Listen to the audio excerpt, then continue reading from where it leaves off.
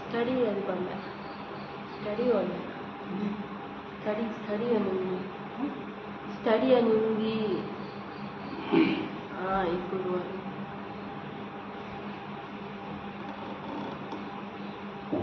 ఉడికిన ప్రారంభించుకున్నాం. బయటను వాళ్ళంతా లోపలికి రండి. మహాపరిశుద్ధమైన తండ్రి, యేసుక్రీస్తు వారి శ్రేష్టమైన అమూల్యమైన నామమున చేరవచ్చిన మీ ప్రేమ బిడ్డలందరినీ బట్టి ఎంతో వందనాలు. రావాల్సిన వారి నిర్లక్ష్యం నుండి నిర్లక్ష్యం నుండి తప్పించి త్వరపెట్టి నడిపించండి. కాలి నడిపిన మోటార్ సైకిళ్ళలో ఎవరైతే వస్తున్నారో వారు సురక్షితంగా నడిపించండి. బైబిల్ పఠనంలో మీరే మాకు సహాయం చేయండి. నిలబడి దాసుకరమైన పాత్రగా వాడుకుంటున్నాడు. మీ మేలైన గూఢమైన సంగతులతో మాతో మాట్లాడుతున్నప్పుడు ప్రార్థిస్తుంటున్నాం.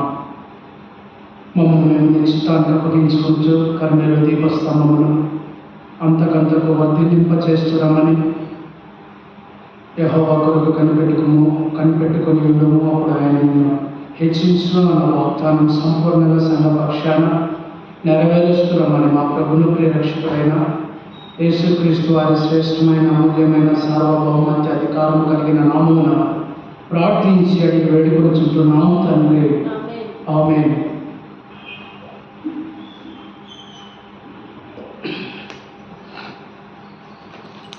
తలకాయ పట్టింది మొత్తం పోలేదు.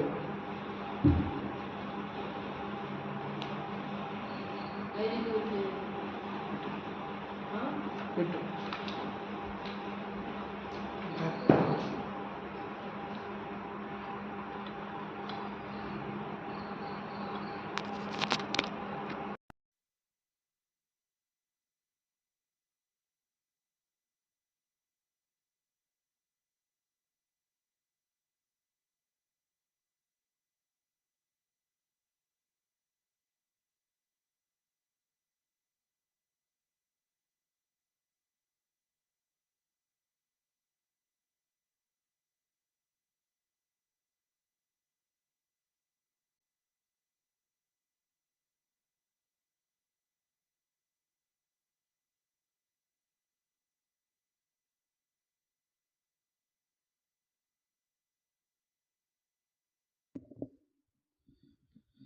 పాట సంఖ్య 453. నిర్మింపబడితిమి మనము దైవ గృహముగా. పాత పాటల పుస్తకంలో 450. నిర్మింపబడితిమి మనము దైవ గృహముగా, నిర్మింపబడితిమి మనము దైవ గృహముగా, తన కృపచే స్థిర పరచబడితిమి, తన కృపచే స్థిర పరచబడితిమి. కూర్చెను సంగముగా, కార్చెను యేసు రక్తము మనకై కూర్చెను సంగముగా, కృతజ్ఞతలు చెల్లించెదము మన ప్రభు యేసునకే, కృతజ్ఞతలు చెల్లించెదము మన ప్రభు యేసునకే. నిర్మింపబడితిమి మనము దైవ గృహముగా, నిర్మింపబడితిమి మనము దైవ గృహముగా, పరిశుద్ధుల సహవాసమునిచ్చే పరలోకమునిచ్చే, పరిశుద్ధుల సహవాసమునిచ్చే పరలోకమునిచ్చే, పూజనీయుని పూజించెదము మనసారా మనము, పూజనీయుని పూజించెదము మనసారా మనము. నిర్మింపబడితిమి మనము దైవ గృహముగా, నిర్మింపబడితిమి మనము పరదేశులమై ఉన్న మనల ప్రణ ఇంటికి చేర్చి, పరదేశులమై ఉన్న మనల తన ఇంటికి చేర్చే, ప్రాపుగా మనము ప్రస్తుతింతుము భక్త పాలకుని, ప్రాపుగా మనము ప్రస్తుతింతుము భక్త పాలకుని. నిర్మింపబడితిమి మనము దైవ గృహముగా. నిర్మింపబడి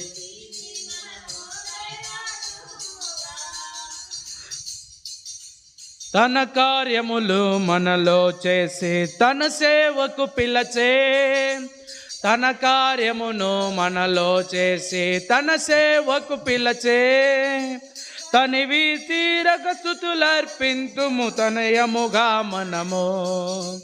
తనివి తీరక స్తుతులర్పింతుము వినయముగా మనము. నిర్మింపబడితిమి మనము దైవ గృహముగా. నిర్మింపబడితిమి మనము దైవ గృహముగా. సంగంబునకు శిరసయ్యున్న శ్రీ యేసు ప్రభువే. సంగంబునకు శిరసయ్యున్న శ్రీ యేసు ప్రభువే. సర్వకాలము జయ శబ్దముతో సన్నుతించెదము. సర్వకాలము జయ శబ్దముతో సన్నుతించెదము. నిర్మింపబడితిమి మనము దైవ గృహముగా. నిర్మింపబడితిమి మనం దైవ గృహముగా. తన కృపచే స్థిరపరచబడితిమి. తన కృపచే స్థిరపరచబడితిమి. నిర్మింపబడితిమి మనము దైవ గృహముగా. నిర్మింపబడితిమి మనము దైవ గృహముగా. పాట సంఖ్య 464, 461. పరిశుద్ధ మందిరము నాకు నిర్మించమంటిదివి ప్రభువా ఇశ్రాయేలు నివాసం. 1 464 పాతపాటల పుస్తకంలో 461. పరిశుద్ధ మందిరము నాకు. పరిశుద్ధ మందిరము నాకు నిర్మించమంటివి ప్రభువా. నిర్మించమంటిరి ప్రభువా. ఇశ్రాయేలు నివాసమొకటి ఏర్పరచమంటివి ప్రభువా. ఇశ్రాయేలు నివాసమొకటి ఏర్పరచమంటివి ప్రభువా. పరిశుద్ధ మందిరము నాకు. పరిశుద్ధ మందిరము నాకు. తుమ్మకర్రతో మందసమును. తుమ్మకర్రతో మందసమును చేసి బంగారును పొదిగించిన. చేసి బంగారును పొదిగించిన. తుమ్మకర్ర మీరేయని అంటివి. తుమ్మకర్ర మీరేయని అంటిరి. పరిశుద్ధ మందిరము నాకు. పరిశుద్ధ మందిరము నాకు. కరుణాపీఠము కావలెనంటిరి. కరుణాపీఠము కావలెనంటిరి. కరుణాపీఠము నేనే యనుచు. కరుణాపీఠము నేనే యనుచు. ప్రాణమిడితిరి కరుణను చూపి. ప్రాణమిడితిరి కరుణను చూపి. పరిశుద్ధ మందిరము నాకు. పరిశుద్ధ మందిరము నాకు. బలిపీఠమును చేయుమంటిరి. బలిపీఠమును చేయుమంటిరి. బలిపీఠమున సిలువయే అనుచు. బలిపీఠమున సిలువయే అనుచు. బలి అయితిరి నీ రక్తము కార్చి, బలి అయితిరి నీ రక్తము కార్చి, పరిశుద్ధ మందిరము నాకు, పరిశుద్ధ మందిరము నాకు, ఆవరణ ద్వారంబుల చేసి, ఆవరణ ద్వారం చేసి, ముగించి తిని నీ పని అంతటిని, ముగించి తిని నీ పని అంతటిని, మహిమయు ఘనత మీకే కల్గున్, మహిమయు ఘనత మీకే కల్గున్, పరిశుద్ధ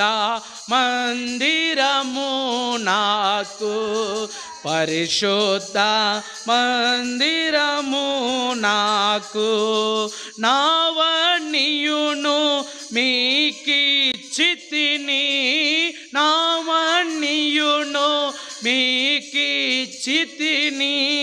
మీవన్నీయు నావే ప్రభువా, మీవన్నీయును నావే ప్రభువా, కృప చూపితిరి మీ మహా ప్రేమన్, కృప చూపితిరి మీ మహా ప్రేమన్, పరిశుద్ధ మందిరము నాకు, పరిశుద్ధ మందిరము నాకు, పరిశుద్ధ పట్టణము నందు, పరిశుద్ధ పట్టణము నందు, నివాస స్థలము నాకు సగితిరి, నివాస స్థలము నాకు సగితిరి, తరతరములు మీతో నివసింతున్, తరతరములు మీతో నివసింతున్, పరిశుద్ధ మందిరము నాకు, పరిశుద్ధ మందిరము నాకు, నిర్మించమంటిరి ప్రభువా, నిర్మించమంటిరి ప్రభువా, ఇశ్రాయేలు నివాసమొకటి ఏర్పరచమంటిరి ప్రభువా, ఇశ్రాయేలు నివాసమొకటి ఏర్పరచమంటిరి ప్రభువా, పరిశుద్ధ మందిరము నాకు, పరిశుద్ధ మందిరము నాకు.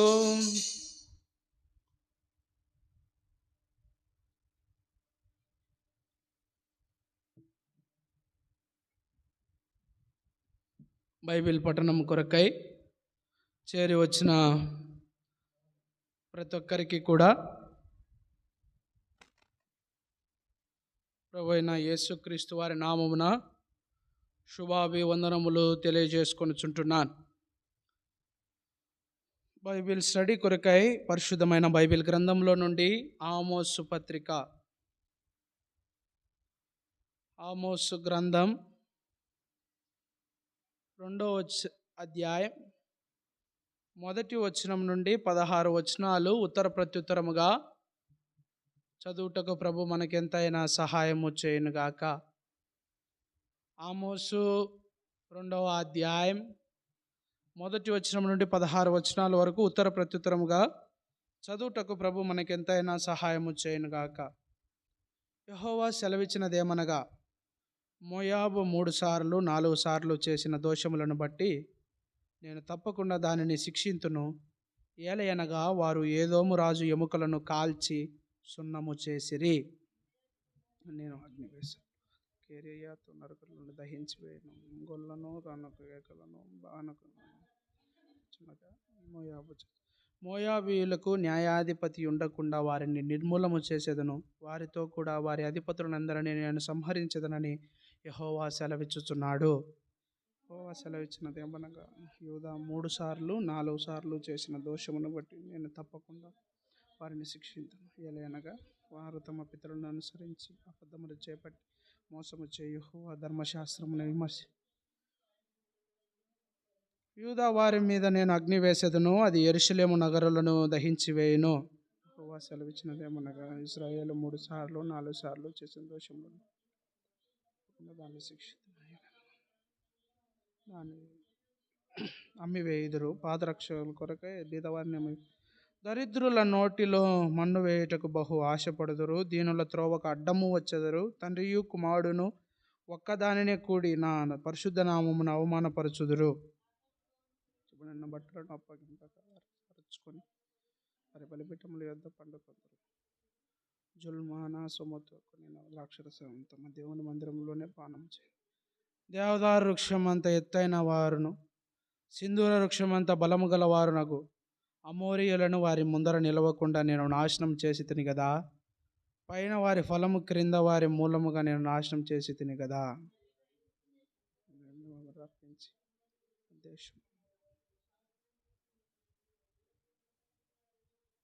నడిపించి తిని మరియు మీ కుమారులలో కొందరిని ప్రవక్తలుగాను మీ యవనులలో కొందరిని నాకు నాజీరులుగా నియమించి తిని. ఇజ్రాయేలీయులారా, ఈ మాటలు నిజమైనవి కావా? ఇది యెహోవా వాక్కు. నాజీరులకు మీరు ద్రాక్షరసం త్రాగించి దాన్ని ప్రవక్తలకు ఆజ్ఞయించి, ఇదిగో పంట చేని మోపుల నిండు బండి నేలను అనగద్రొక్కున్నట్లు నేను మిమ్మల్ని ద్రొక్కుదును. తప్పించుకునక పరాక్రమశాలి తన బలమును బట్టి ధైర్యము తెచ్చుకున్న జాలకపోవును. బలాఢ్యుడు తన ప్రాణమును రక్షించుకున్న వీలుకాడు నిలవజాలకపోవును.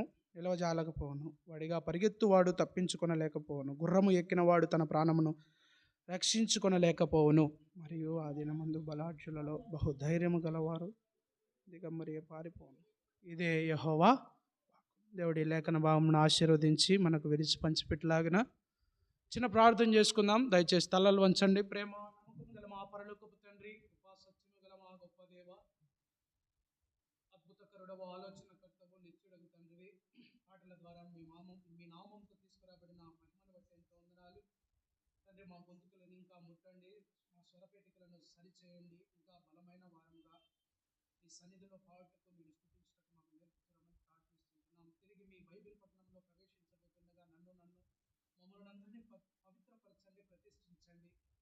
మా శరీరంలో ఉన్న ప్రతి బలహీనత నుండి మమ్మల్ని తప్పించండి, ఆత్మను జీవింపచేయండి.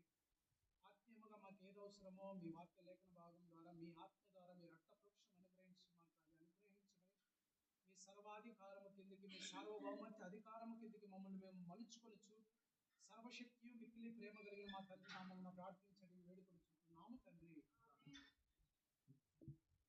ప్రియులారా, రాత్రికాల సమయంలో బైబిల్ పఠనం కొరకై కట్టుపోయిన బేస్తవారము మనము ఆమోస్ గ్రంథం 1వ అధ్యాయంలో ప్రభును ఆ గ్రంథమును ధ్యానించటకై, ఆ అధ్యాయమును ధ్యానించటకై ప్రభు మనకెంతో సహాయం చేస్తూ వచ్చాడు. ఆమోస్ అనగా ఎవరు, ఆయన అర్థం ఏంటి అన్నీ కూడా మీకు ఆ దినం వివరించడానికి ప్రభు ఎంతో సహాయం చేస్తూ వచ్చాడు. ఆమోసు అనగా భారమును భరించు వాడు. ఈ ఆమోసు ఎవరంటే, తెకోవా ప్రాంతంలో యెరూషలేముకు 19 కిలోమీటర్ల దూరంలో ఉన్న 19 మైళ్ళ దూరంలో ఉన్న ఆ ప్రాంతంలో, తెకోవా అనే ప్రాంతంలో పశువులు కాచుకునేవాడిగా మనం చూస్తుంటున్నాం. ఈ దర్శనాలు ఎప్పుడు పొందాడు ఆమోసు అంటే,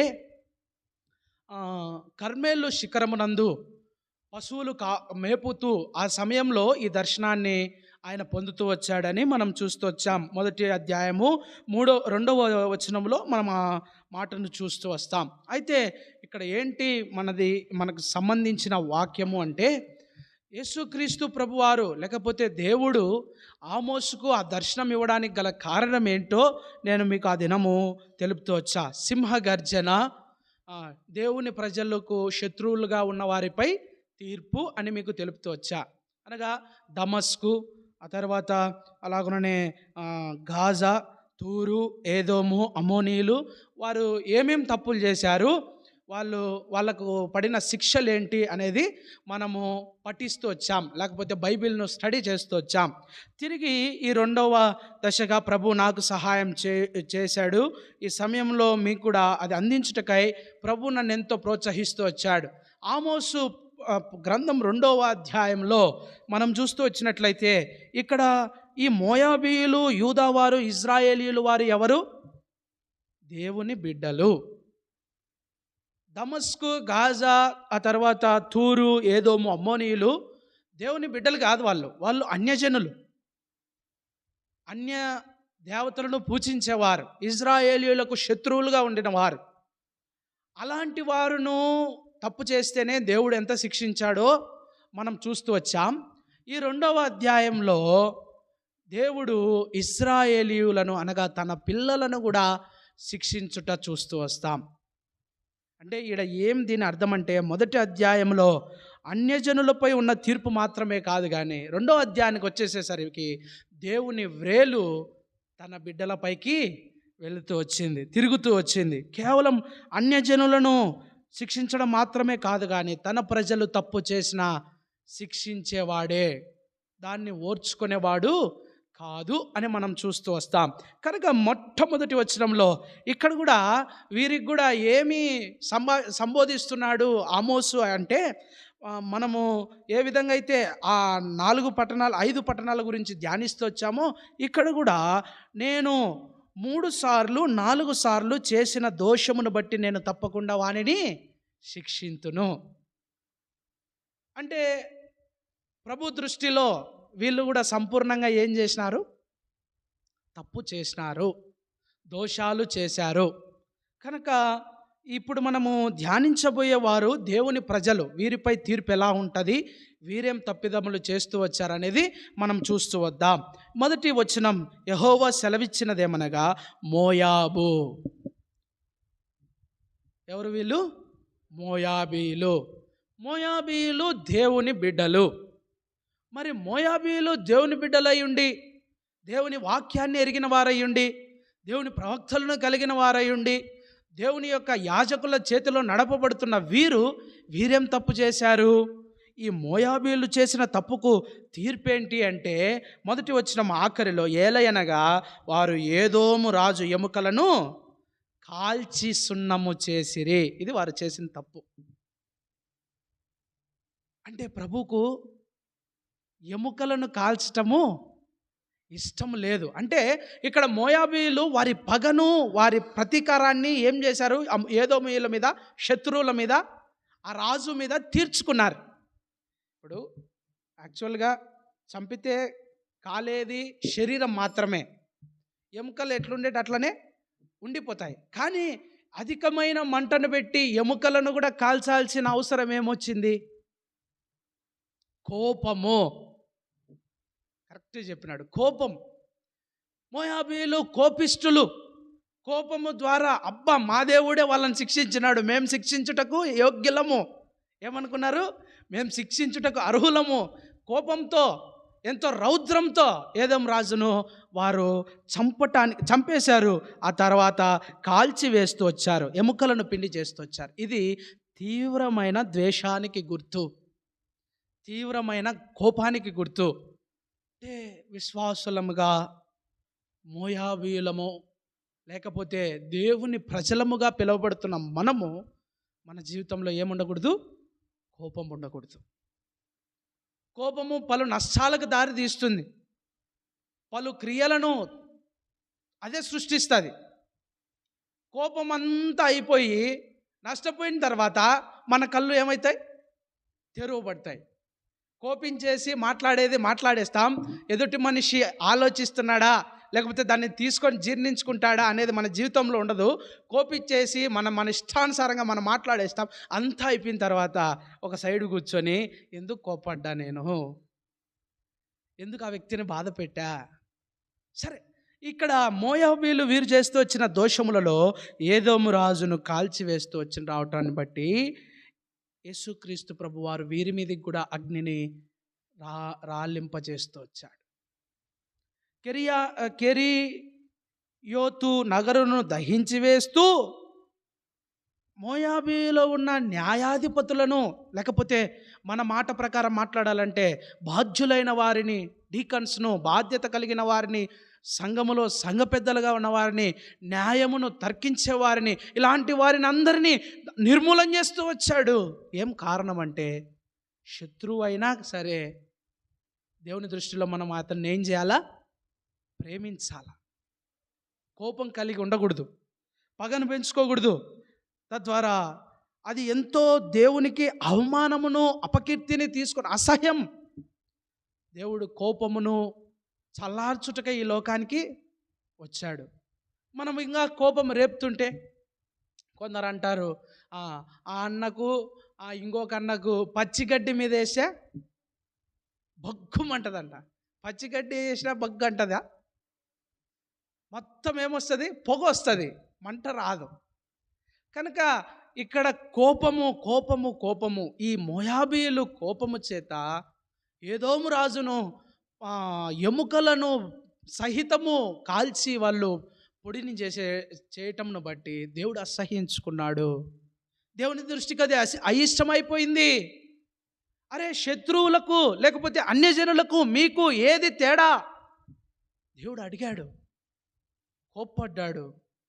వారి మీదకి కూడా సేమ్ శిక్షను తీసుకొని వచ్చాడు. మోయాబీలను, ఏదోమీయులను ఏ విధంగా నిర్మూలన చేస్తూ వచ్చాడో, గాజాని ఏ విధంగా నిర్మూలన చేస్తూ వచ్చాడో, అదేవిధంగా మోయాబీయులను కూడా నిర్మూలన చేస్తూ వచ్చాడు. అది మొదటిది. మోయాబీయులు దేవుని ప్రజలు, వారు చేస్తూ వచ్చిన తప్పు ఏదోము రాజు యొక్క ఎముకలను బూడిద చేశారు. తద్వారా వాళ్ళు పొందిన శిక్ష మొత్తం ఆల్రౌండ్ మొత్తం అగ్నితో నింపబడిపోయింది. న్యాయాధిపతులు, ఆ తర్వాత అధిపతులు అందరూ ఏం చేయబడినారు? సంహరించబడి నిర్మూలన చేయబడ్డారు. ఓ కర్మేలు ప్రియ సంఘమా, మన సంఘం అభివృద్ధి చెందాలంటే మన జీవితంలో కోపం అనేది ఉండకూడదు. కోపం ఉంటే సంఘం అభివృద్ధిలోనికి రాదు. మనం కోపపడితే, అందుకే చిన్నప్పుడు ఒక పాట, కోపగించకు ఓ చిన్ని పాప, పాపము చేయకు చిన్ని బాబు, అసూయ వలన ద్వేషము వలన కోపము, అసూయ వలన ద్వేషము, ద్వేషము వలన కోపము, కోపము వలన పాపము, పాపము వలన మరణము కలుగును. కోపగించకు ఓ చిన్ని పాప, పాపము చేయకు చిన్ని బాబు. మోయాబీలు చేస్తూ వచ్చిన కోపముతో ఏదోము రాజు యొక్క ఎముకలను బూడిద చేయటం ద్వారా దేవుడు వారిని అసహ్యించుకున్నాడు. వాళ్ళు దేవుని ప్రజలే, దేవునికి ఇష్టమైన వారే, దేవుని యొక్క విశ్వాసులే, దేవుని నమ్మిన వారే. ఎందుకు ఇలాగయ్యారంటే, ఎందుకు దేవునికి చేత కోపింపబడ్డారంటే, వారు కోపముతో వారు చేస్తూ వచ్చిన తప్పిదమును బట్టి దేవుడు వారిని శిక్షిస్తూ వచ్చాడు. అది మొదటిది. రెండవది 4వ అధ్యాయం, క్షమించండి, 2వ అధ్యాయం 4వ వచనం. యెహోవా సెలవిచ్చినదేమనగా, యూదా 3 సార్లు 4 సార్లు చేసిన దోషమును బట్టి నేను తప్పకుండా వారిని. రెండవ దేవుని ప్రజలు ఎవరంటే యూదావారు. ఈ యూదావారు దక్షిణ రాజ్యములో ఉంటారు. ఎక్కడ ఉంటారు? దక్షిణ రాజ్యములో ఉంటారు. ఈ యూదావారు వీరు చేస్తూ వచ్చిన పని ఏంటంటే, యెహోవా ధర్మశాస్త్రాన్ని విసర్జించి అబద్ధములను, అన్యజనుల యొక్క అబద్ధములను అనుసరించి అన్యజనులు నడిచినట్లుగా క్రూరత్వముగా నడుస్తూ వచ్చిన కారణమును బట్టి, అంత మాత్రమే కాదు, వాక్యాన్ని విసర్జించి జీవిస్తూ వచ్చారు.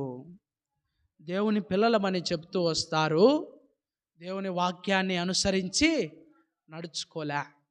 అందును బట్టి దేవుడు ఇక్కడ శిక్షిస్తూ వచ్చాడు.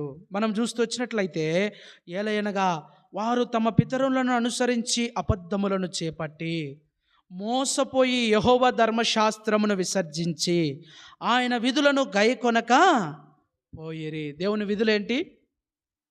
దేవుని యొక్క వాక్యమును గైకొనుకోకుండా పోయారు యూదా వారు.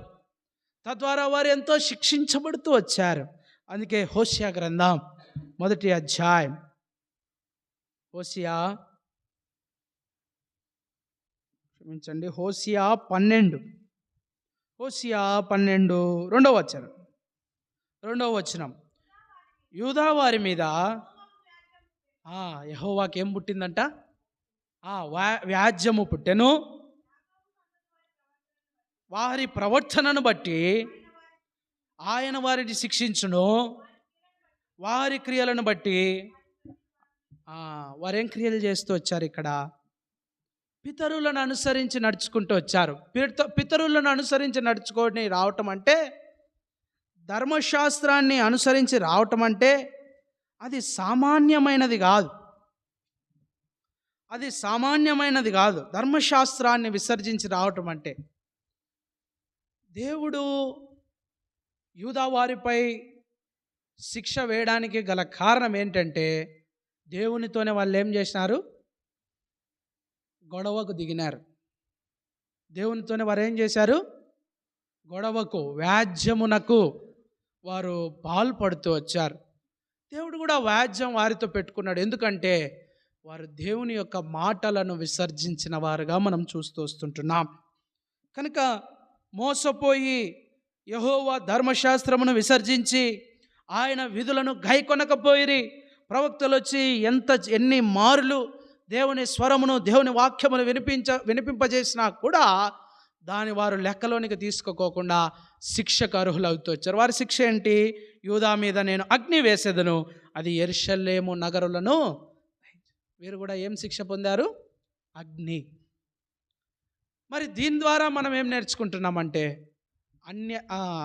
మన పితరులు అనుసరించిన వాటిని మనం ఏం చేయకూడదు? అనుసరించక, ధర్మశాస్త్రమును అనగా దేవుని వాక్యమును విసర్జించగా, ఆయన ఆజ్ఞలను, కట్టడలను, దేవుని యొక్క వాక్యము ఇక్కడ ఎవరైతే బోధిస్తారో ఆ మాటలను మనము గైకొనే వారముగా ఉన్నప్పుడు ప్రభు మన పట్ల కూడా ఆనందించేవాడుగా ఉంటున్నాడు. లేదు, నేను విసర్జిస్తాను, నా ప్రవర్తన ఇంతే అంటే, యెరూషలేము నగరాల వరకు ఆయన దాన్ని ఏం చేశాడు? దహించి వేశాడు. ఇది శిక్ష.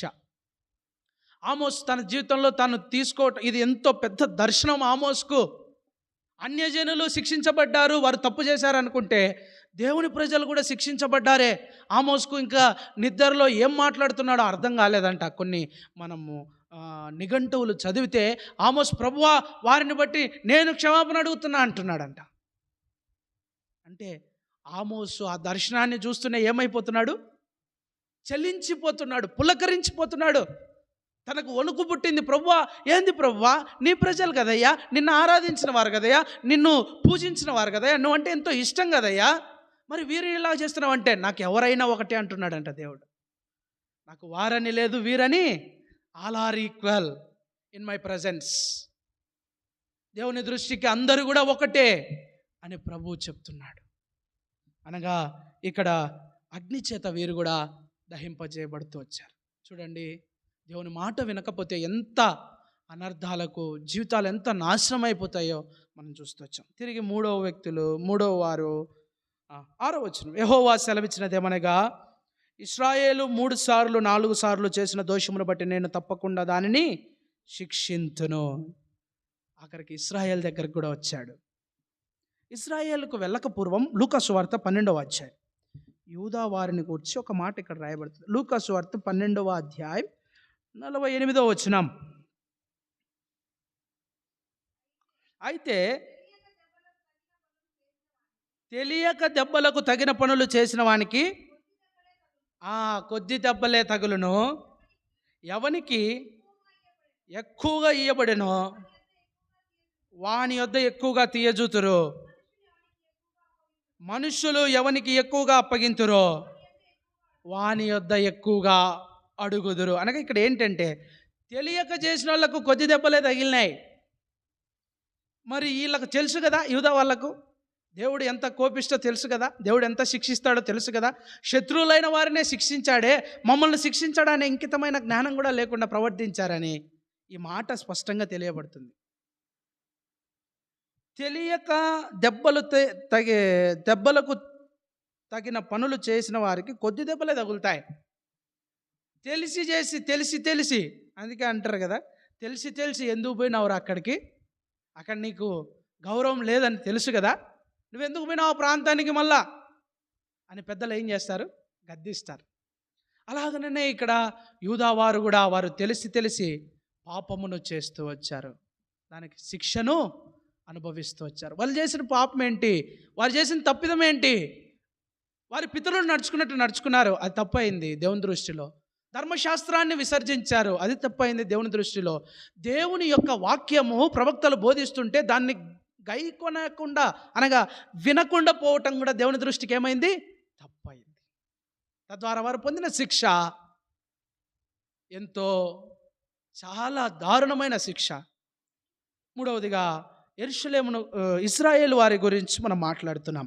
ఇశ్రాయేలీయుల వారు చేసిన తప్పు ఏంది, వారు చేసిన తప్పు 5 తప్పులు 5 లైన్ లిస్టులు ఉన్నాయి.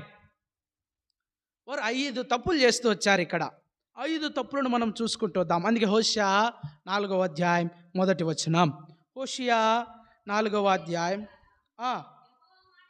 యెహోవా మాట ఆలకించుడి, సత్యమును కనికరమును దేవుని గూర్చిన జ్ఞానమును దేశమందు లేకపోవట చూచి యెహోవా దేశ నివాసులతో వ్యాజ్యమాడుచున్నాడు. ఇక్కడ ఏం చూస్తున్నాం, సత్యమును కనికరమును దేవుని గూర్చిన జ్ఞానమును దేశమందు లేకపోవుట. ఇశ్రాయేలీయుల వారు చేస్తూ వచ్చిన పని ఏంటంటే సత్యము కలిగి జీవించలేకపోయినారు, ఆ తర్వాత కనికరము కలిగి జీవించలేకపోతూ వచ్చారు, దేవుని గూర్చిన జ్ఞానమును లేకుండా జీవిస్తూ వచ్చారు. సత్యము అనగా దేవుడే సత్యమై ఉన్నవాడు. అందుకే యేసు చెప్పెను, నేనే మార్గమును సత్యమును జీవమునై ఉన్నాను. యేసుక్రీస్తు ప్రభువారే వారిలో లేకపోతే ఇంకా ఏంటి వారిలో లాభం? ఇశ్రాయేలీయుల వాళ్ళు ఎన్నో తప్పులు చేస్తూ వచ్చారు. మోయాబు వారిని తర్వాత యూదా వారిని పైన వాళ్ళ తప్పులు చూస్తూ వచ్చినాడు. కానీ ఇశ్రాయేలీయుల వారికి వచ్చాలకు నేను 5 లైన్ లిస్టులు ఉంటాయన్నా కదా, నేను అనుకుంటా ఎక్స్రే తీసింటాడు దేవుడు. యూదా వారిని తర్వాత మోయాబు వారిని పైన చూసి వారి తప్పులను బట్టి వారిని శిక్షించినాడు. కానీ ఇశ్రాయేలీయులలోనికి వచ్చేసేసరికి 5 తప్పులు పట్టుకున్నాడంటే వాళ్ళని ఏం చేసింటాడు, పరిశోధించింటాడు, ఎక్స్రే చేసింటాడు. వాళ్ళలో ఏం లోపం ఉంది, వాళ్ళు ఎందుకు ఇంత తప్పులు చేయడానికి పూరుకున్నారు. రండి, మొదటి తప్పు 6-7 వచనాలు ఇక్కడ మనం చూస్తూ వచ్చినట్లయితే, ఏలయనగా ద్రవ్యమునకై దాన్ని జనుల నీతిమంతులను అమ్మివేయుదురు, పాదరక్షకుల కొరకై బీదవారిని అమ్మివేయుదురు. ద్రవ్యము అనగా డబ్బు కొరకై నీతిమంతులను అమ్మేశారంట. ఇది సాంఘిక అన్యాయము, వారు చేస్తూ వచ్చిన మొదటి తప్పు. రెండవదిగా చెప్పుల కోసం బీదలను అమ్మేశారంట. అబ్బా, ఎంత దౌర్భాగ్యమైన స్థితిలో చూడండి. పాదరక్షముల కొరకై బీదలను చెప్పుల కోసం. ఏ విధంగా అయితే ఏశావు పొట్టకూటి కోసం తన జ్యేష్ఠత్వపు హక్కును పోగొట్టుకున్నాడో, ఈ ఇశ్రాయేలీయులు చెప్పులు లేకపోతే ఏమవుతుంది, మహా అయితే ఒక కొన్ని రోజులు కాలుతాయి అంతే కాళ్ళు. మా మందిరంలో హన్నమ్మ అని ఉంది, ఆమెను నేను చెల్లెమ్మ అని పిలుస్తాను. ముస్సిలాయమ ఎప్పుడు చెప్పులు వేసుకోదు, వర్షం రాని చెప్పులు వేసుకోదు. భయంకరమైన ఎండలో తార్ మీద అసలు ఎండమావులు కనపడతాయి, అయినా కూడా అట్నే నడుచుకుంటూ పోతుంది ఇంటికి. ఏం అన్నమ్మ నీ కాలు నయ్యవన్నయ్యా, అలవాటు అయిపోయింది. ఎన్ని ఏళ్ళు నేను చెప్పులు లేకోకుండా నడచబట్టి అంటది. అయితే మందిరం లోపలికి వచ్చే ముందు బాగా పరిశుభ్రంగా కాళ్ళు అన్నీ వాష్రూమ్ దగ్గర ట్యాప్స్ దగ్గర కడుక్కొని నీట్గా వచ్చి కూర్చుంటుంది. నేనేం చెప్తున్నా, పాదరక్షములు లేకపోవటం చేత వాటిని కొనుక్కోటకై బీదలను నమ్ముతారా? ఎంత అన్యాయం కదా, ఎంత తప్పు కదా అది. బీదలను నమ్ముతూ వచ్చారు. అది మొదట వాళ్ళు చేసిన తప్పు. తర్వాత దరిద్రుల నోటిలో మన్ను వేయుటకు బహు ఆశపడుదురు, దీనుల త్రోవకు అడ్డము వచ్చేదారు. దరిద్రుల నోటిలో ఏమేస్తున్నారు? మన్ను వేస్తున్నారు.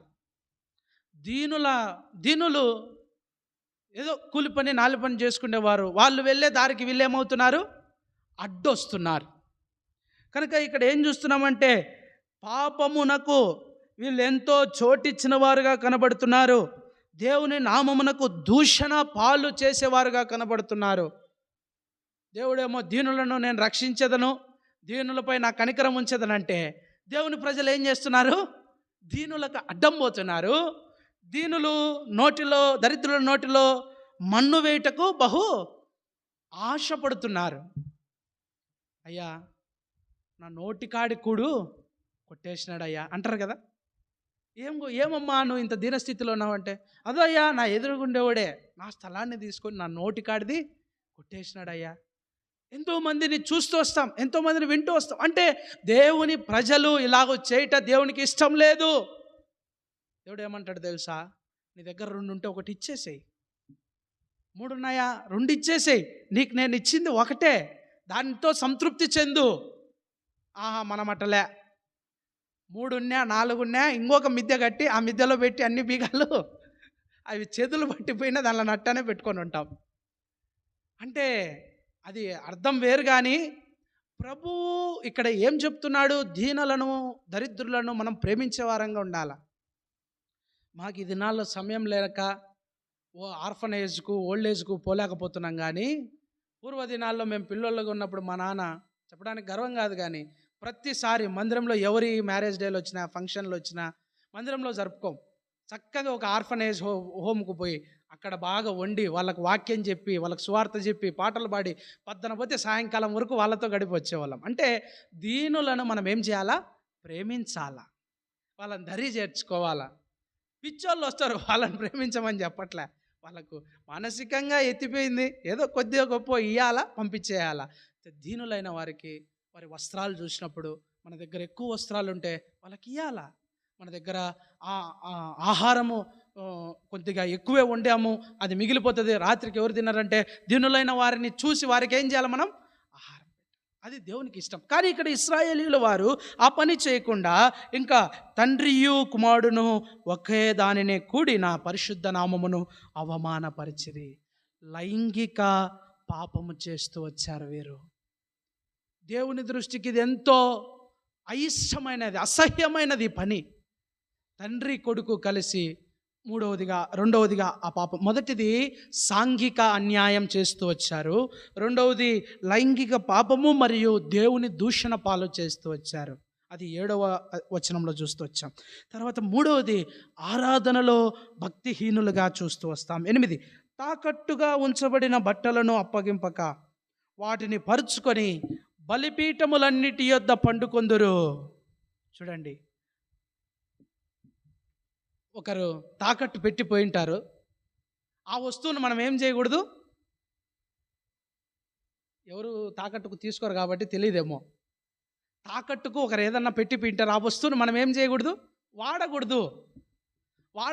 వాడు ఏదో అవసరం ఉండి అత్యవసరం మీద వాడు తాకట్టు పెట్టింటాడు, దాన్ని ఎత్తిపెట్టేసేయాలి. మనకు అనవసరం అది. వాడు వచ్చి వాడిని రుణమును తీర్చి తిరిగి దాన్ని తీసుకొని వెళ్ళిపోతాడు. అయితే ఇక్కడ యేసుక్రీస్తు ప్రభువారు ఏం చెప్తున్నాడంటే, దేవుడు ఏం చెప్తున్నాడంటే, ఉదయం తాకట్టు పెడితే సాయంకాలానికి వాడు తాకట్టు ఇవ్వలేకపోతే వాని మీద కరుణించి వానికి సాయంకాలానికి అది ఇచ్చేయాలంట. ఇక్కడ ఇజ్రాయెల్ ప్రజలు అది చేయకుండా బలిపీఠం దగ్గర నిత్యం ఏం చేస్తారు? ఆరాధన చేస్తారు. ఆరాధించే ప్రాంతంలో దానిని పరుచుకొని వాటి మీద వీళ్ళు ఎంతో ఆనందంగా వీరు పడుకొని లేకపోతే కూర్చొని ఉంటే, పండుకొందురు అని ఉంది, పడుకొని ఉంటే అక్కడ వాడు ఏడుస్తుంటాడు. వాడికి ఉండేది అదొక్కటే ఏమో, ఎవరికి తెలుసు? ఆ బెడ్షీట్ ఒక్కటేనేమో వాడి దగ్గర ఉండేది. అలాంటిది నీ దగ్గర దాన్ని పెట్టి వెళ్ళినప్పుడు వాడు రాలేదు, లేకపోతే వాడిది రాత్రికి తీర్చలేదు అంటే తిరిగి వానికి ఇచ్చేయాల. నాయన నీ దగ్గర ఉన్నప్పుడు ఇద్దువు, ఇక తీసేసుకో దీన్ని అని ఇచ్చేయకుండా దాన్ని పెట్టుకోవటం ద్వారా దీన్ని ఏం గుర్తు చేస్తుందంటే ఆరాధనలో భక్తిహీనత. దేవుని ఆరాధించే మనం ఆత్మతో సత్యముతో ఆరాధించాలని యోహాను సువార్త 4:24 ఉంటే ఇశ్రాయేలీయులు ఈడేం చేశారు? ఆత్మతో సత్యంతో ఆరాధించుకోకుండా వారు తాకట్టు పెట్టిన దానిని బలిపీఠం దగ్గర వేసుకొని ఏం చేస్తున్నారు? పండుకున్నారు. అది కూడా దేవుని దృష్టిలో తప్పయింది. 3 తప్పులు చెప్తూ వచ్చా. మొదటి సాంఘిక అన్యాయము, రెండవది లైంగిక పాపము మరియు దేవునిని దూషించటం, మూడవది ఏంటండి? ఆరాధనలో భక్తిహీనత. 4వది 9వ వచనం నుండి 11వ వచనం వరకు. ఇక్కడ మనం చూస్తూ వచ్చినట్లయితే, దేవదారు వృక్షమంత ఎత్తైన వారును సింధూర వృక్షమంతా బలము గలవారును అమ్మోరీయులను వారి ముందర నిలవకుండా నేను నాశనం చేసినా కదా, పైన వారి ఫలము క్రింద వారి మూలముగా నేను నాశనము చూసి తిని కదా. వీరి కోసమేమో నేను వాళ్ళనంతా ఏం చేసిన? చంపిన. వారిని అందరినీ, అన్యజనులందరినీ శిక్షించిన. మీకోసమే కదా నేను అది చేసింది. పైనేమో మీకు ఫలం ఇచ్చిన, కింద కూడా మిమ్మల్ని నేనేం చేస్తున్నా? నాశనము చేస్తున్నా. ఏం కారణం? దేవునికి, లేకపోతే దేవుడు వారికి చేస్తూ వచ్చిన ఉపకారాన్ని వాళ్ళు ఏం చేసినారు? మరచిపోయినారు. పైన దేవుడు ఉపకారం చేశాడు కదా. ఏం ఉపకారం చేశాడు? అమ్మోరీయులను వారి యొద్ద నిలవకుండా వారిని సంహరించాడు. మరి వీళ్ళు దేవుని స్తుతించి ఎంతో ఆనందంగా ఉండాల్సిన దానికి బదులు వీళ్ళు ఏం చేశారు తెలుసా? వీళ్ళు ఇష్టానుసారంగా జీవిస్తూ, వీళ్ళు ఇష్టానుసారంగా ఉండటం దానిని బట్టి కింద ఫలం అనుభవిస్తూ వచ్చారు. 10వ వచనం, మరియు ఐగుప్తు దేశముల నుండి మిమ్మల్ని రప్పించి అమోరీయుల దోషమును మీకు స్వాధీనపరచుకునేవారని 40 సంవత్సరముల అరణ్యమందు మిమ్మల్ని నడిపించి తిని కదా. ఇది గుర్తుకు రాలేదా వాళ్ళకు? ఎన్నేళ్ళంట? 40 సంవత్సరములు దేవుడు వారిని నడిపించాడు. అది ఉపకారం కాదా? ఉపకారం కాదా? కష్టాలలో ఉన్నప్పుడు, ఇబ్బందులలో ఉన్నప్పుడు, ఇరుకులలో ఉన్నప్పుడు మోషే వాళ్ళను ఐగుప్తుల నుండి తీసుకొని వస్తున్నారు. 40 సంవత్సరములు నేను వారికి ఆహారాన్ని ఇచ్చానే. వారి బట్టను మాయకుండా, వారి చెప్పుల వారు తెగకుండా, వారికి ఎండ దెబ్బ అయినా, వర్ష దెబ్బ అయినా, లేకపోతే రాత్రి వెన్నలతో నేను ఎంతో వారిని రమ్యముగా కనాను ప్రాంతముకు నడిపిస్తుంటే, ఇన్ని ఉపకారాలు చేస్తే ఆమె ఉపకారాలన్నీ ఏం చేశారు? మర్చిపోయినారు. దేవుడు చేసిన ఉపకారమును మర్చిపోయారు. అందుకే నేను ఎక్స్రే అనింది. ఇజ్రాయేలీయులను ఎక్స్రే చేశాడు దేవుడు. దేవుణ్ణి ఆరాధనలో భక్తిహీనత కనపడుతూ వచ్చింది. లైంగిక పాపము మరియు దేవుని అవమానపరచటం, లేకపోతే అపకీర్తి దేవునికి తీసుకొని రావటం కనబడుతూ వచ్చింది. అంత మాత్రమే కాదు, సాంఘిక అన్యాయం కూడా జరుగుతూ వచ్చింది. దీనులను, దరిద్రులను వాళ్ళు ఇబ్బంది పెడుతూ వచ్చారు. 4 చూస్తూ వచ్చాం. 5వది 12వ వచనం, అయితే నాజీరులకు మీరు ద్రాక్షారసము త్రాగించితిరి, ప్రవచింపవద్దని ప్రవక్తలకు ఆజ్ఞ ఇచ్చితిరి. ఇది ఎంత దారుణమో చూడండి. 5వది, దేవుని ప్రజలను, ఆత్మీయులైన వారి గొంతులను నొక్కారు. 5వదిగా దేవుని ప్రజలను, ఆత్మీయులైన వారి గొంతుకలను నొక్కుతూ వచ్చారు. ఇక్కడ ఏం చెప్తబడుతుందంటే, ప్రవచింపవద్దని ప్రవక్తలకు ఆజ్ఞాపించారు. సత్యము మాకు చెప్పటము ఇష్టము లేదని ప్రవక్తలను బెదిరిస్తూ వచ్చారు. ఇజ్రాయేలీయులేనా పని చేయాల్సింది? అన్యజనులు చేశారు అంటే అదొక అర్థం ఉంది. వారు అవిధేయతతో, తెలియకయే వారు పాపం చేస్తున్నారని. అన్నీ తెలిసి, దేవుని వాక్యమును గురించి తెలిసి కూడా ఇక్కడ వారు ఏం చేశారంటే, నాజీరులకు మీరు ద్రాక్షారసము త్రాగించితిరి. నాజీరు చేయబడిన వారు ఏం తాగకూడదు? ద్రాక్షారసం త్రాగకూడదు అసలు. ద్రాక్షారసం అంటే బల్లాలో తీసుకునే ద్రాక్షారసం కాదు, మెయిన్ ద్రాక్షారసం. అది తాగకూడదు. అది తాగటం ద్వారా ఎంతో ఇబ్బందులు. అది తాగితే మనిషి తన స్థితిగతిని మరిచిపోతాడు. అలాంటి నాజీరు చేయబడిన వారికి ఈ ఇశ్రాయేలీయులు ద్రాక్షారసాన్ని త్రాపుతూ వచ్చారు. అది ఎంతో పాపం. తద్వారా వారి హ్యాండ్ ఓవర్ చేసుకున్నారు. ఆ నాజీరు చేయబడిన వారిని హ్యాండ్ ఓవర్ చేసుకొని, నువ్వు అది చెప్పొద్దు, నువ్వు ఇది చెప్పొద్దు, నువ్వు అటు చెప్పడం నాకు ఇష్టం లేదు, నువ్వు ఇటు బోధించడం నాకు ఇష్టం లేదు, వారికి అనుకూలంగా బోధించుకునేట్టుగా చేసుకున్నారు. అదెంతో తప్పు. దేవుని వాక్యం ఉన్నది ఉన్నట్టుగా చెప్పాలా. ఖండించమన్న సమయంలో ఖండించాలా, శిక్షించమన్న సమయంలో శిక్షించాలా, ప్రేమించమని చెప్పబడిన సమయంలో ప్రేమించాలా. అది కోల్పోయి ఈ యవనస్తులైన వారిని, లేకపోతే నాజీరు చేయబడిన వారిని ఈ ఇశ్రాయేలీయులు ద్రాక్షారసము త్రాగించి మాకు ప్రవచింపవద్దు, మాకు మీరు చెప్పొద్దు అని వారిని ఏం చేశారంటే ఆజ్ఞ ఇస్తూ వచ్చారు. నేను అనుకుంటా బెదిరిస్తూ వచ్చారు. అందుకే యెషయా గ్రంథం 30వ అధ్యాయం 10వ వచనం. యెషయా గ్రంథం 30వ అధ్యాయం 10వ వచనం. దర్శనము చూడవద్దని దర్శనము చూచువారితో చెప్పువారును. చూడండి, బాగా గమనించండి. దర్శనము చూడవద్దని దర్శనము చూచువారితో చెప్పువారును యుక్త వాక్యములను మాతో ప్రవచింపకుడి. అబ్బా, ఈ కాలం ఇదే కావాలా? ఏం కావాలా? అనుకూలమైన సాఫ్ట్నెస్ ఆఫ్ టాకింగ్, మృదువైన మాటలే కావాలా? కఠినంగా చెప్పినాను, అబ్బా ఏంది మా అన్న కఠినంగా చెప్పినాడు, మాకొద్దు. ఏంది ఇక అంత కఠినంగా మాట్లాడుతుంది, మాకొద్దు. కఠినత్వము వద్దు, మృదుత్వము కావాలా? సాఫ్ట్నెస్ ఒకరోజు మనల్ని ఇబ్బంది పెట్టేది. సాఫ్ట్నెస్ ఎప్పుడు కూడా జారిపోతుంది కదంగా. మృదువైనది ఎప్పటికైనా జారిపోతుంది. కఠినమైనది అక్కడక్కడ కఠినత్వం ఉంటుంది కాబట్టి దానికి పట్టుతత్వం కలిగి ఉంటుంది. అంటే ఇక్కడ ఏం చేస్తున్నారంటే దర్శనము చూడవద్దు.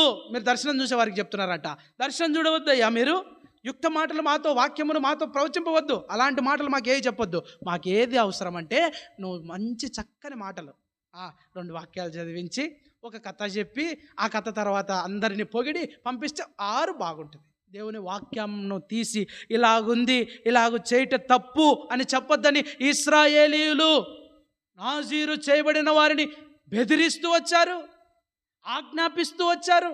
అది ఎంతో తప్పు. తద్వారా వారు ఏం శిక్ష పొందారంటే చాలా ఘోరమైన శిక్ష వారు అనుభవిస్తూ వచ్చారు.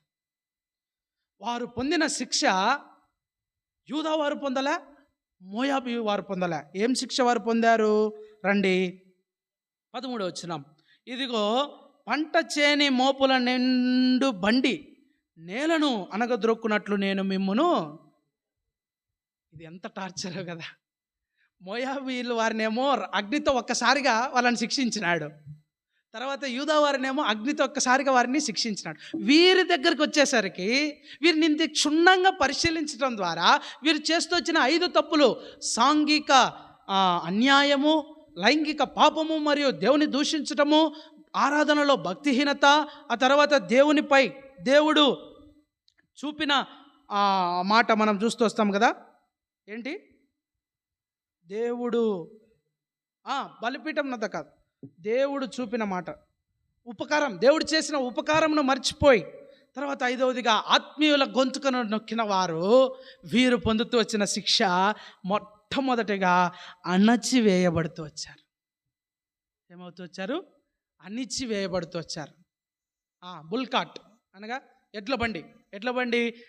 ఇప్పుడు ఈ కాలంలో కనబట్టలేదు, కానీ ట్రాక్టర్ని మనం దానికి ఎగ్జాంపుల్గా తీసుకుంటే, ట్రాక్టర్లో ఎక్కువ బరువు వేసి దాన్ని ఎక్కించినాం అనుకో, ఈ రోజుకు ఒక 2 ట్రాక్టర్లన్నా నిలబడతాయి. ఎందుకంటే దిగబడిపోతాయి ఆ బరువుకు. అంటే ఎంత భూమి అణుగుతుంది అంత అణిచివేస్తాడంట. అంత అణిచివేసి ఆ తర్వాత అప్పుడు అతివేగి యగువాడు తప్పించుకొన జాలకపోవును. అందుకే ఇర్మియా గ్రంథం 44వ అధ్యాయం ఎటువంటి శిక్షను ఇశ్రాయేలీయులు వారు అనుభవిస్తూ వచ్చారో చూడండి. 44వ అధ్యాయం 22వ వచనం. యెహోవా మీ దుష్టక్రియలను చూచి మీరు చేయు హేయకృత్యములను ఎంచి ఇకను సహింపలేకపోయాను గనుక నేడున్నట్టుగా మీ దేశము పాడుగాను, ఎడారిగాను, శాపాస్పదముగాను, నిర్జనముగాను ఆయన చేశాను. అంటే ఇక్కడ అనగదొక్కాడు, ఎంటబడి వారిని ఈ మాటను బట్టి శిక్షిస్తూ వచ్చాడు. వారి ప్రాణమును తప్పించగలవాడు, రక్షించుకొనగలవాడు ఎవ్వరు కూడా లేకుండా పోతూ వచ్చాడు. బలాఢ్యులైన వారట ఆఖరి వచనంలో చూస్తూ వస్తే బహు ధైర్యము గలవారు కూడా దిగంబరులై పారిపోతూ వచ్చారు. మనిషి యొక్క శక్తి కానీ, వేగం కానీ, బలం కానీ, ఆయుధం కానీ ఇక్కడ పని చేయలేకపోతూ వచ్చింది. గుర్రముల మీద ఎంత స్పీడ్గా వెళ్ళొచ్చండి, ఆ స్పీడ్ కూడా దేవుని చేతిలో ఏమైపోయింది? అణిచివేయబడిపోయింది. అటువంటి శిక్ష ఇశ్రాయేలీయులకు వేస్తూ వచ్చాడు. అంటే ఒక్కసారిగా వారిని చంపకుండా వివిధాలుగా వారిని ఇబ్బందులు పెడుతూ, వివిధములుగా వారిని కష్టపెడుతూ అణచవేస్తూ వచ్చాడు. ఓ దైవజనమా, ఇశ్రాయేలీయుల వారమని చెప్పుకుంటున్న ఓ కర్మేలు, మనము దేవుని దృష్టిలో ఎలాగున్నాం? ఈ బైబిల్ స్టడీలో దేవుడు ఆమోస్ 2వ అధ్యాయం ద్వారా దేవుని ప్రజలపై తీసుకురాబడిన తీర్పు గురించి దేవుడు మనతో మాట్లాడుతూ వచ్చాడు. మోయాబీ వారు చేస్తూ వచ్చిన పాపము, ఏదోము రాజును ఎముకలను పిండి పిప్పి చేయడం ద్వారా దేవునికి అవమానం, అపకీర్తి రావడం ద్వారా దేవుడికి అది అసహ్యం అవుతూ వచ్చింది. వారిని అగ్నితో రాజేయబడుతూ వచ్చాడు. తర్వాత రెండవదిగా యూదా వారు చేస్తూ వచ్చిన పాపం, దేవుని మాటను వినలే, దేవుని వాక్యాన్ని వారి గైకొనలే, వారి ఇబ్బందులు పడుతూ వచ్చారు. వారిని కూడా అగ్ని చేత రాజేస్తాడు. ఆఖరిగా ఈ ఇశ్రాయేలు వారికి దగ్గరికి వచ్చేసేసరికి వీరిని ఎంతో ఇబ్బంది పెడుతూ వచ్చాడు. ఆ ఇబ్బందుల నుండి మనం తప్పించబడినట్లు మనం ఉండాలంటే దీనులైన వారిని మనం ఏం చేయాలా? ప్రేమించాలా. దేవుని ఆరాధించే విషయంలో ఆయనకిచ్చే సమయాన్ని సంపూర్ణంగా భక్తిహీనత లేకుండా, భక్తిహీనత అనగా భక్తిలో ఏ లోపము లేకుండా ప్రభును మనం ఆరాధించాలా, తిరిగి ప్రతిష్ఠించుకోవాలా. ఆత్మీయులు ఏదైనా ఇక్కడి నుంచి ఎవరైనా సరే, చిన్నలేమి పెద్దలేమి, ఎవరైనా బోధించిన వారి వాక్యమును మనము గైకొనే వారంగా, అంగీకరించే వారంగా, వారి గొంతుకను మనము కట్టిపెట్టే వారంగా కాకుండా ఉండినట్లు ప్రభు మనకెంతైనా సహాయం చేయనుగాక. ఆ గొప్ప శిక్షణ నుండి, ఆ గొప్ప అణచివేయటం నుండి ప్రభు మనల్ని ఎంతైనా తప్పించి తన రాజ్యములో మనల్ని కూడా చేర్చుకొని రానున్న దినాల్లో గొప్ప పాత్రలుగా మనల్ని కూడా వాడుకున్నట్లు ప్రభు మనకెంతైనా సహాయం చేయనుగాక. రండి ప్రార్థన చేసుకుందాం, మోకరించండి. రండి.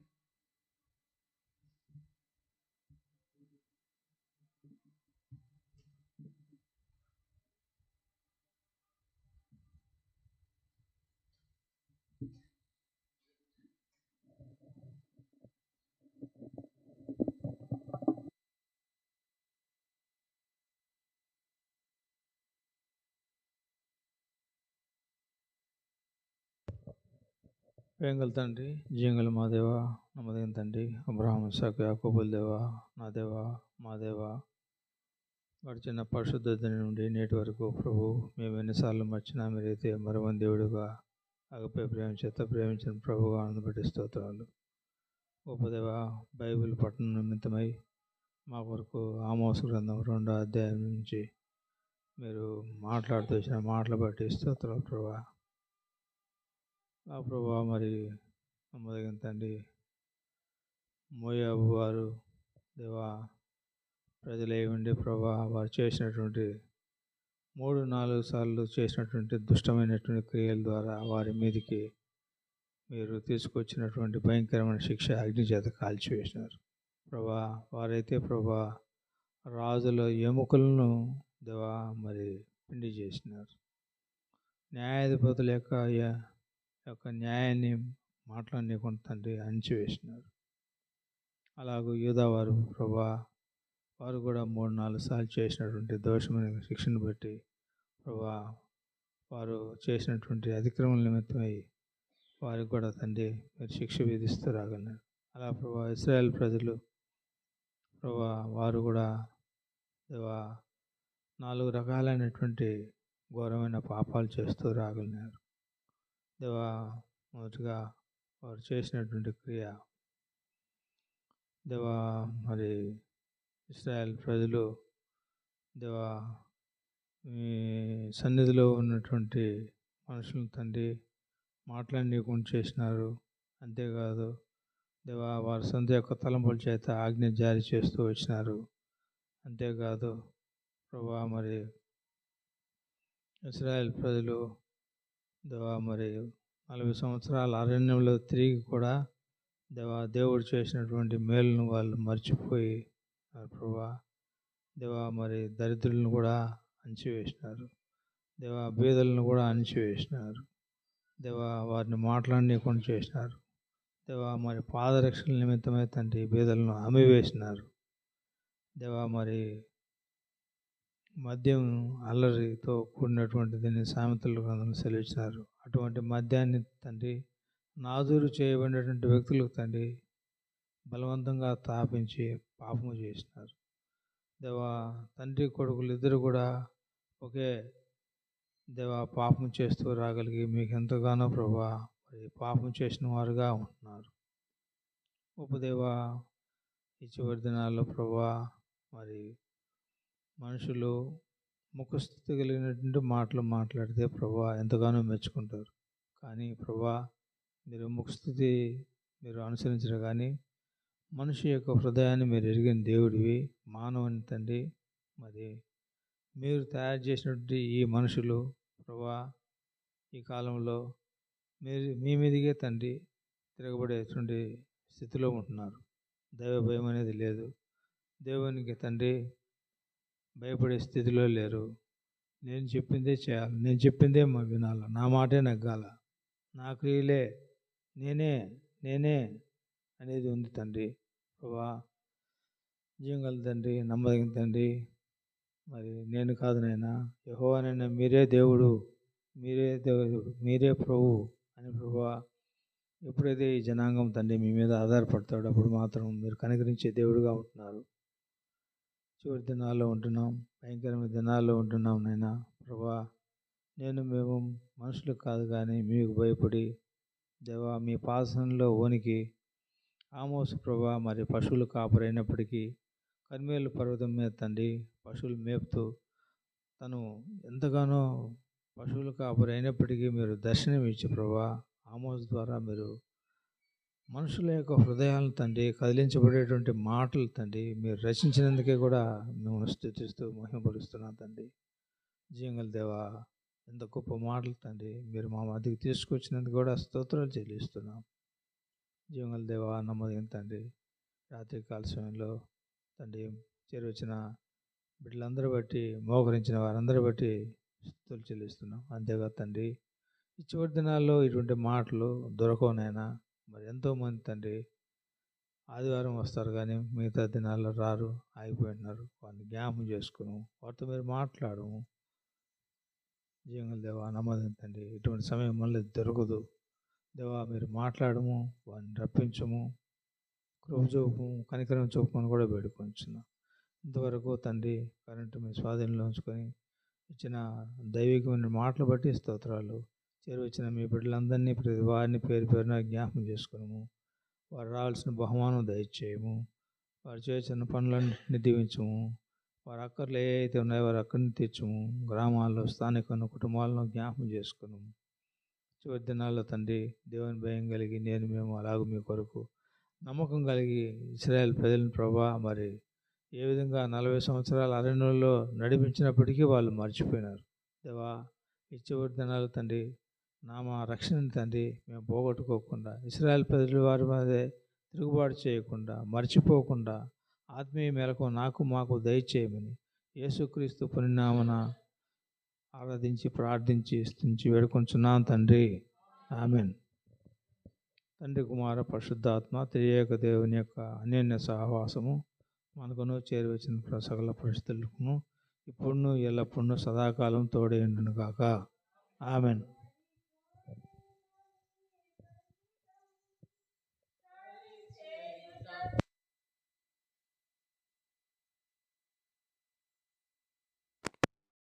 బలిపీఠము